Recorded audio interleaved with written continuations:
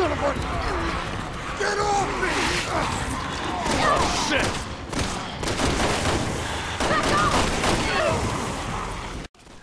Hi, I'm Cram, and today, after 25 hours with the preview build and an equal number more with the final review build, it's Judgment Day for Capcom's eagerly awaited Resident Evil 6.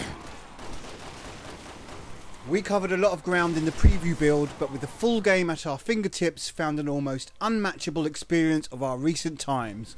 What Resident Evil 6 does very cleverly is provide an almost ode to its own success story, with fleeting glances at its defining and characteristic roots to the more necessary adaptations which fit with a new challenging set of parameters.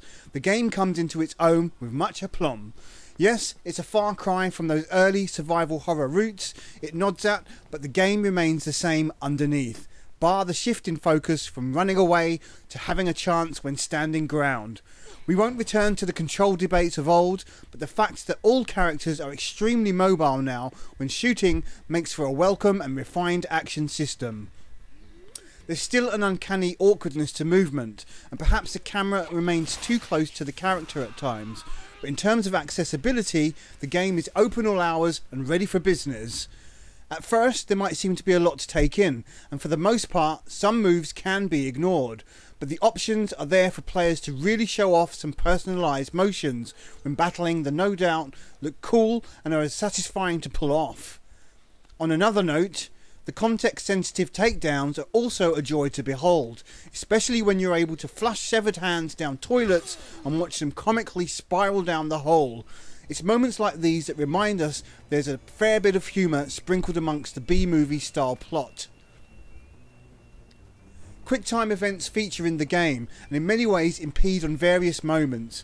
In some instances, there are deliberate sections where players will be caught out in trial and error situations, which are a little unfair.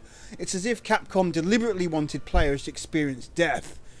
It is easy to moan about the inclusion of Quicktime events, but luckily most are well integrated into the gameplay. Resident Evil 6's skill system is also worthy of note, as a series first, because this does offer a fair bit of scope if used correctly. Naturally, there are aids here which make the game easier, including the likes of infinite ammo once the game is beaten, but the essential approach is that it's a good way to spend accumulated points or ignore entirely, and if playing on tougher settings, an absolute godsend. Capcom have done a mighty job with their four-way campaign, where each takes on a different aspect of the series' history. For example, Leon's campaign is focused more on search and rescue, whereas Chris's looks at becoming the hunter.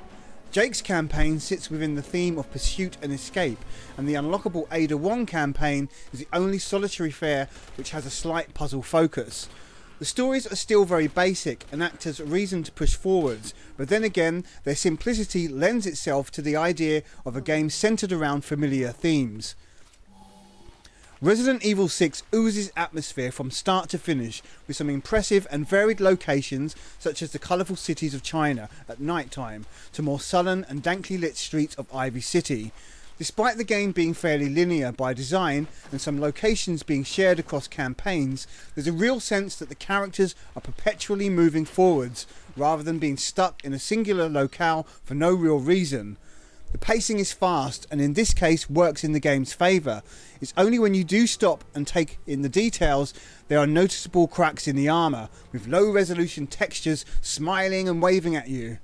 There are other annoyances too, such as the forced camera angles at times, which disorientate more than anything, but these can be forgiven due to their limited impact on the overall adventure.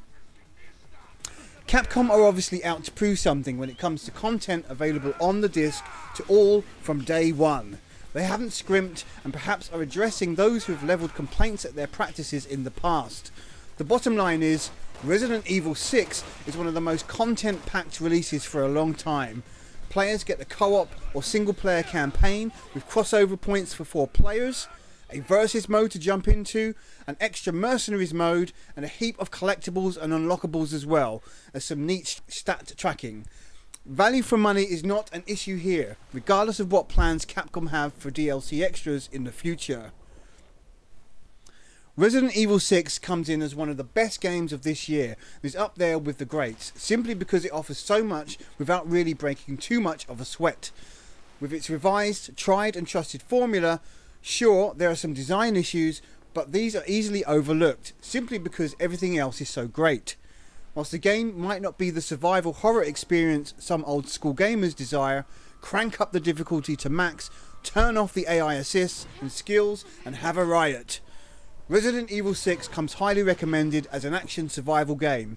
It's colourful, fun to play alone or with friends, and there's some of the most diverse scenarios you'll ever find under one roof, all wrapped up in little nudges towards the series' accomplishments for its fans to ponder. Resident Evil 6 scores a well-loved 9 out of 10. I'm Rob Cram. Thanks for watching.